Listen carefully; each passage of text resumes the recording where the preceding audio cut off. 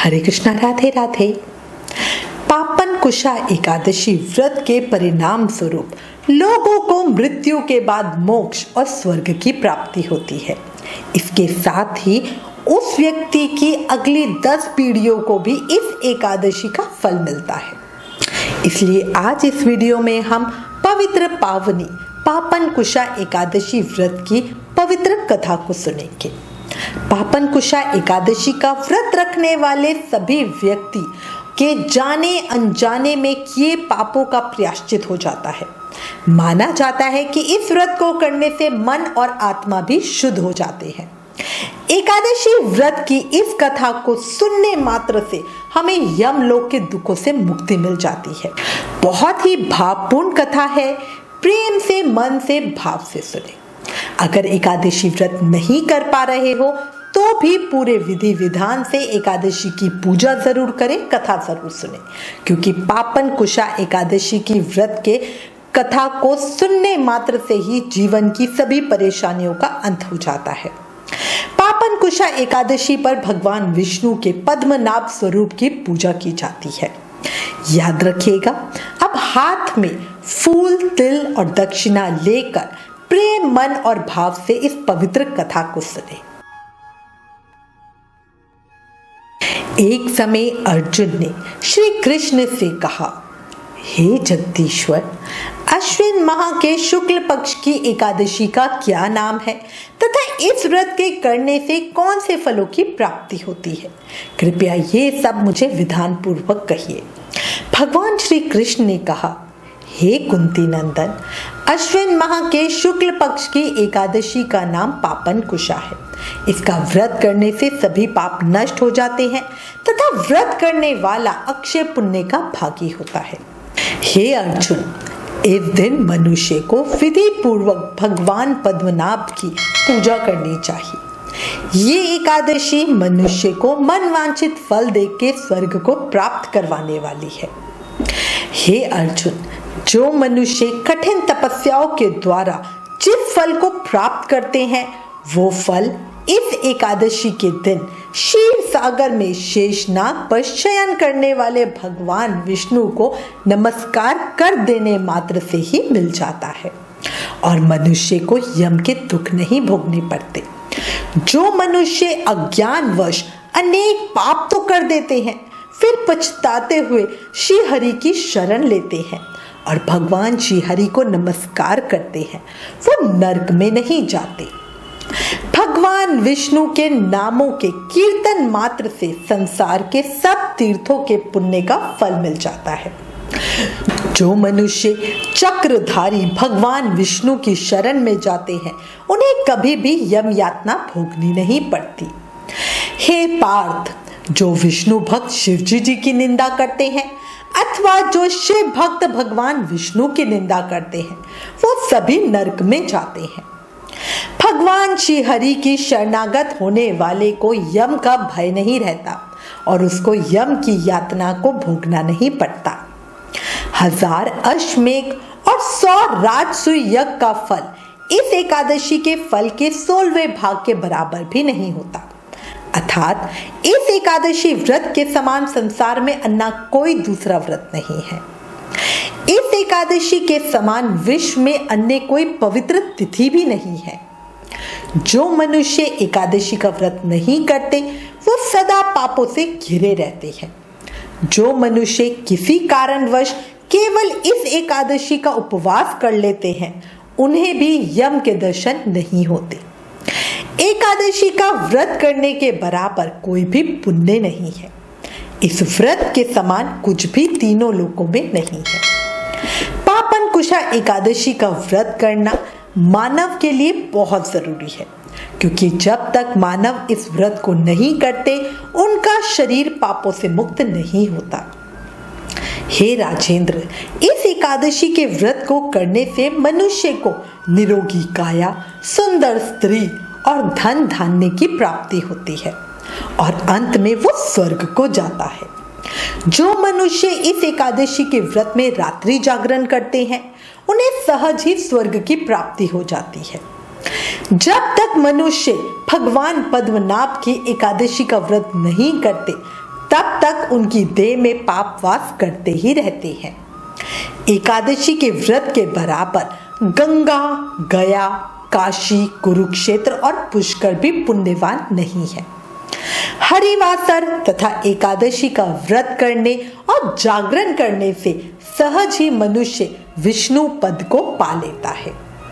हे अर्जुन, इस एकादशी के व्रत करने वाले मनुष्यों के मातृपक्ष के 10 पुरुष, पितृपक्ष के 10 पुरुष तथा स्त्री पक्ष के 10 पुरुष भगवान विष्णु का रूप धारण करके सुंदर आभूषणों से परिपूर्ण होकर विष्णु लोक को जाते हैं।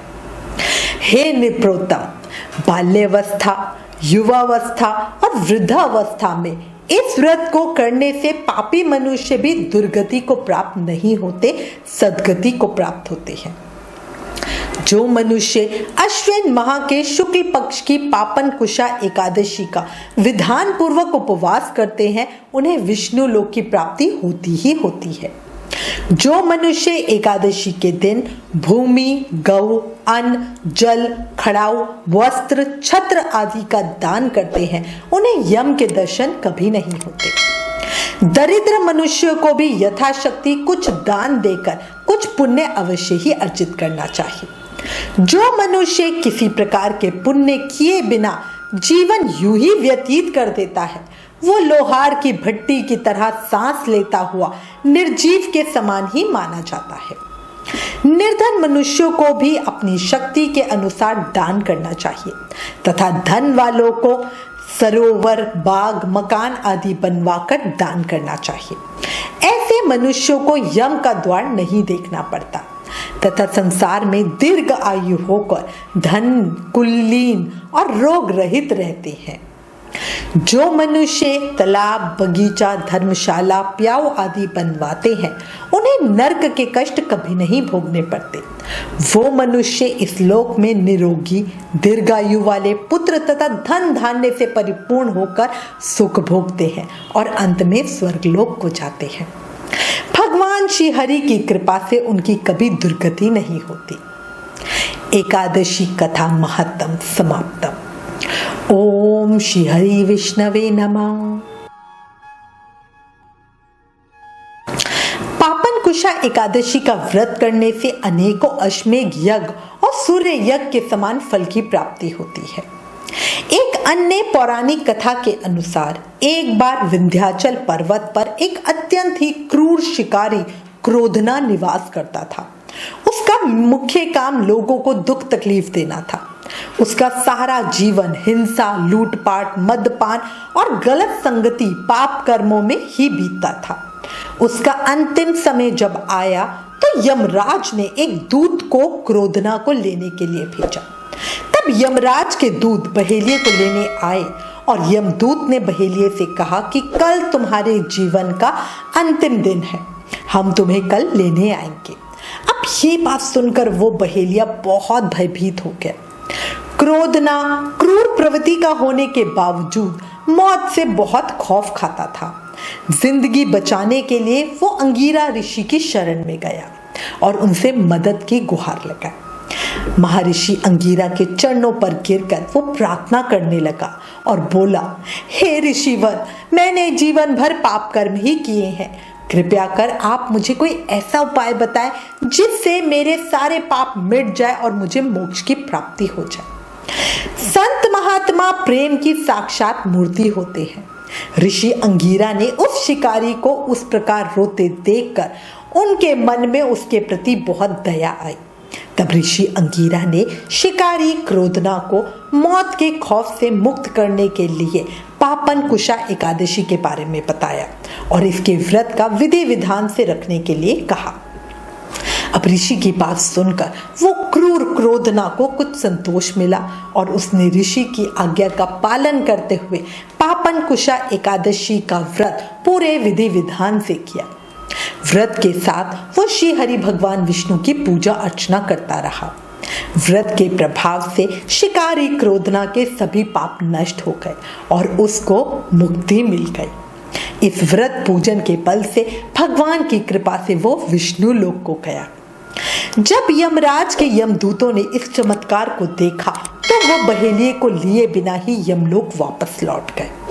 भगवान श्री कृष्ण ने युधिष्ठिर से कहा, ये एकादशी पापों का नाश करती है, इसलिए इसको पापन कुशा एकादशी कहा जाता है।